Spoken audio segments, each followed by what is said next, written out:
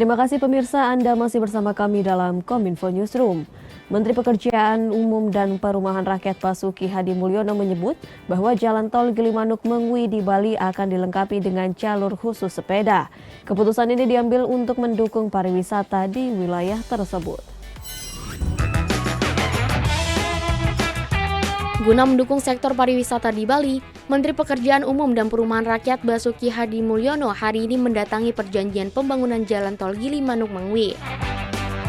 Dalam acara tersebut, Menteri Basuki mengungkapkan jalan tol Gilimanuk Mengwi akan menjadi salah satu tol pertama di Indonesia yang akan menghadirkan jalur khusus untuk para pesepeda, di mana nantinya jalur sepeda tersebut akan dibangun di daerah pesisir pantai Bali. Adapun konstruksinya akan dimulai pada Juni 2022 yang diharapkan selesai dan dapat dioperasikan pada November 2024 mendatang. Menteri Basuki juga berpesan bahwa pembangunan tol Gilimanuk Mengwi harus selalu menjaga dan memperhatikan keserasian pembangunan jalan tol dengan lingkungan. Yang penting adalah selalu dijaga atau keserasian pembangunan jalan tol ini dengan lingkungan. Lingkungan di sini tidak hanya Trihita Karana atau termasuk Trihita Karana sebagai konsep pembangunan di Bali ini, yaitu tadi sudah disampaikan ada sekitar 90-an lebih underpass yang untuk mengadopsi jalannya perayaan Melasti. Namun juga kita akan membangun sebisanya dan sekuat tenaga untuk terus tetap menjaga lingkungan hidup. Ya. Sebelumnya kami laporkan, tadinya kita akan bikin di tengah Pulau Bali, tapi saya merasa kalau kita bikin tol di tengah Pulau Bali yang membelah, pasti akan banyak merusak lingkungan. Nah, ini kita ambil yang jalur pantai, bahkan nanti ada jalur sepeda. Ya, ini mungkin jalan tol pertama yang ada jalur sepedanya di Indonesia karena memang daerah wisata. Jadi kita juga harus menyesuaikan kebutuhan masyarakat wisata.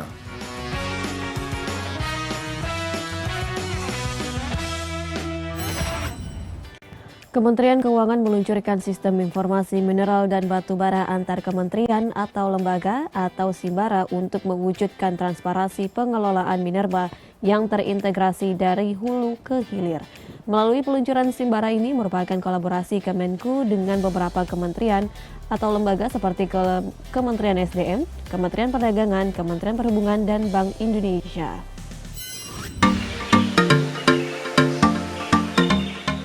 Sejak tahun 2020, Kementerian Keuangan telah menginisiasi proses bisnis dan data antar kementerian lembaga dalam rangka pengawasan peningkatan pelayanan dan optimalisasi penerimaan negara. Sektor mineral dan batu bara adalah salah satu sektor strategis yang dikedepankan. Dalam rangka mewujudkan pengolahan mineral dan batu bara yang terintegrasi dari hulu ke hilir, Dirjen Anggaran bersama dengan Lembaga Nasional Single Window, Dirjen Bea dan Cukai, serta Dirjen Pajak bersinergi dengan Kementerian SDM, Kementerian Perhubungan, dan Kementerian Perdagangan serta Bank Indonesia membangun dan mengembangkan sistem informasi mineral dan batu bara antar kementerian juga lembaga yang disebut dengan Simbara. Menteri Keuangan Republik Indonesia Sri Mulyani Indrawati mengungkapkan, dengan adanya Simbara ini diharapkan dapat menghasilkan hal-hal yang sifatnya nyata dari sisi output dan juga outcome, yaitu kinerja dan tata kelola makin baik dan pada akhirnya penerimaan negara yang optimal, bebas dari korupsi dan berbagai praktek tata kelola yang buruk. Saya menyampaikan pada kesempatan yang baik ini penghargaan dan apresiasi kepada seluruh pimpinan dan lembaga para menteri dan juga seluruh pimpinan lembaga yang mendukung terbentuknya dan terbangunnya Simbara dan pelaksanaan nota kesepahaman SIT Migas yang tentu telah bekerja sangat keras, dan saya berharap sistem yang dibangun juga sangat robust dan aman dari berbagai kemungkinan ancaman cyber. Untuk KPK yang selama ini mendukung dan membantu kami menyampaikan terima kasih. Besar harapan kita semuanya bahwa kita akan mampu mewujudkan tadi amanat Undang-Undang Dasar 45 dan makin memberikan manfaat nyata bagi masyarakat dari kekayaan negara atau bumi dan kekayaan yang terkandung di dalamnya bagi kemakmuran rakyat.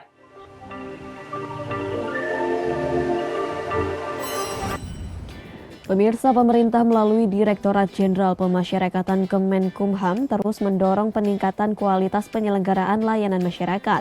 Hal ini dibuktikan dengan pembangunan 55 unit pelaksana teknis yang tersebar di 27 wilayah Indonesia.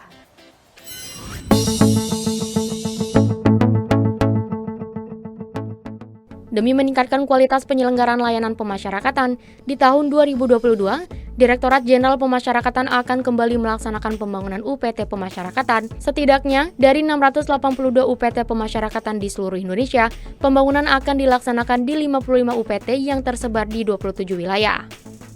Direktur Jenderal Pemasyarakatan, Reinhard Silitonga, menyebut kegiatan ini dilaksanakan untuk menyamakan persepsi dan pemahaman untuk mendukung keberhasilan pelaksanaan pembangunan UPT Pemasyarakatan tahun 2022. Menurutnya, meski tahun ini kebijakan belanja negara masih menitik beratkan pada penyediaan layanan kesehatan dalam penanganan COVID-19 dan pemulihan ekonomi nasional, penanganan isu pemasyarakatan masih menjadi prioritas. Kemudian perlu saya informasikan bahwa kebijakan belanja negara tahun 2022 masih menitik beratkan pada penyediaan layanan kesehatan khususnya penanganan COVID-19 dan pemulihan ekonomi nasional. Meskipun demikian, di tengah ketersediaan anggaran pemerintah yang sangat terbatas, patut kita syukuri bahwa penanganan isu-isu pemasyarakatan masih menjadi prioritas. Tak kalah penting, Dirjenpas juga mengingatkan jajarannya untuk meningkatkan sinergi dan koordinasi baik di internal Dirjenpas serta Kemenkumham maupun eksternal dengan Dinas Pekerjaan Umum dan Perumahan Rakyat serta Badan Pengawasan Keuangan dan Pembangunan. Informasi selanjutnya, pemirsa, kembali ke perbatasan di Kabupaten Timur Tengah Utara, Nusa Tenggara Timur. Menteri Sosial Tri Risma hari ini dalam kunjungannya mempertajam berbagai rencana pemberdayaan masyarakat di kawasan tersebut. Salah satunya kembali menekankan rencana pembangunan community center di dekat perbatasan tersebut.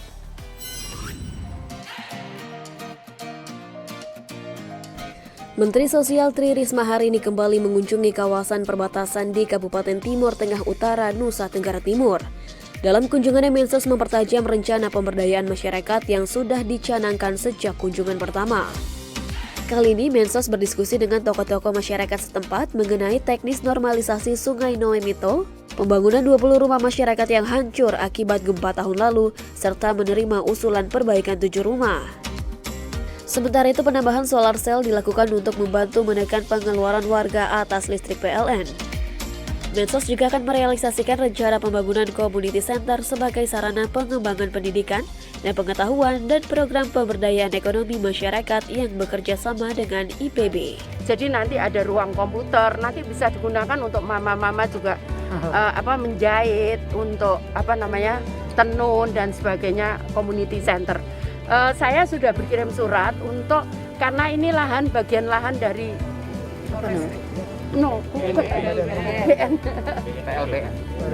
Badan Pengelola Perbatasan. Saya melakukan izin untuk menggunakan lahan ini untuk community center di sini, untuk warga di sini, dengan harapan anak-anak nanti belajar menggunakan teknologi bisa, kemudian ada komputernya sehingga mereka tidak perlu, cukup mereka datang ke sini dan mereka bisa gunakan semuanya. Juga untuk pemberdayaan masyarakat. Menko Polhukam Mahfud MD angkat bicara terkait kisruh keputusan Presiden nomor 2 tahun 2022 tentang Hari Penegakan Kedaulatan Negara. Menurutnya dalam Kepres tersebut hanya nama-nama penggagas dan penggerak saja yang disematkan, dan terkait tak disebutkannya nama Soeharto dalam Kepres tersebut tidak menghilangkan jejak sejarah.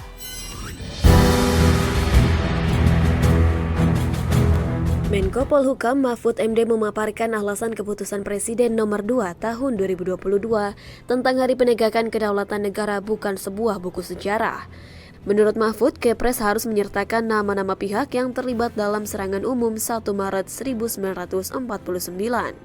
Selain itu, tujuan dari Kepres tersebut adalah menanamkan kesadaran pada masyarakat Indonesia tentang nilai-nilai sejarah perjuangan yang dilakukan oleh para tokoh penggagas dalam meraih pengakuan dari dunia internasional. Mahfud menjelaskan dalam Kepres hanya menyebutkan para tokoh penggagas dan penggerak serangan tersebut, yaitu Presiden Soekarno, Wakil Presiden Muhammad Hatta, Menteri Pertahanan Sri Sultan Hamengkubuwono IX, dan Panglima Jenderal Besar Sudirman. Sehingga nama-nama lain yang bukan penggagas tidak dicantumkan, termasuk Presiden Soeharto.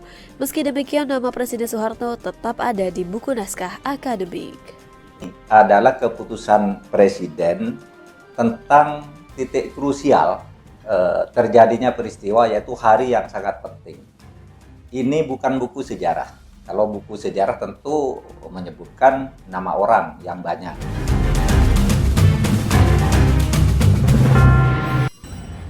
Presiden Republik Indonesia Joko Widodo meninjau pelepasan ekspor mobil ke sejumlah negara dari Pelabuhan Patimban, Kabupaten Subang, Provinsi Jawa Barat. Presiden optimis ekspor mobil melalui pelabuhan ini mampu capai 180.000 unit di tahun 2022.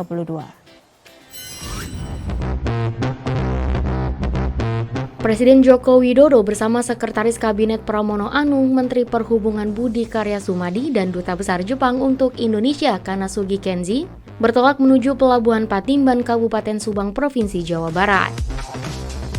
Dalam kunjungan kerjanya, Presiden mengapresiasi pelepasan ekspor mobil yang dilakukan pada masa pandemi ke sejumlah negara.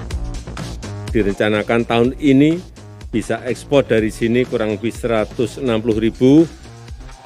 Melihat progres 3 bulan ini, kelihatannya bisa naik menjadi 180.000 mobil untuk ekspor ke Filipina, ke Brunei, ke Jepang, dan juga ke Vietnam.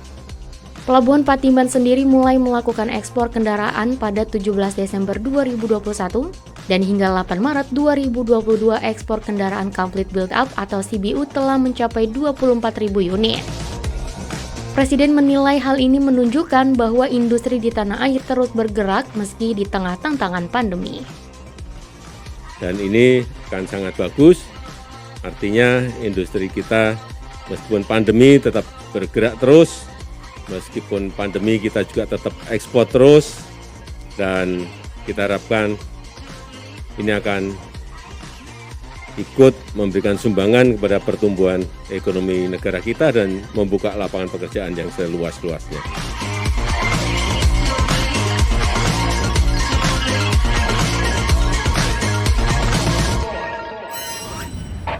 Pemirsa, di segmen berikutnya Kominfo Newsroom akan segera kembali dengan informasi dari BMKG. Tetaplah bersama kami.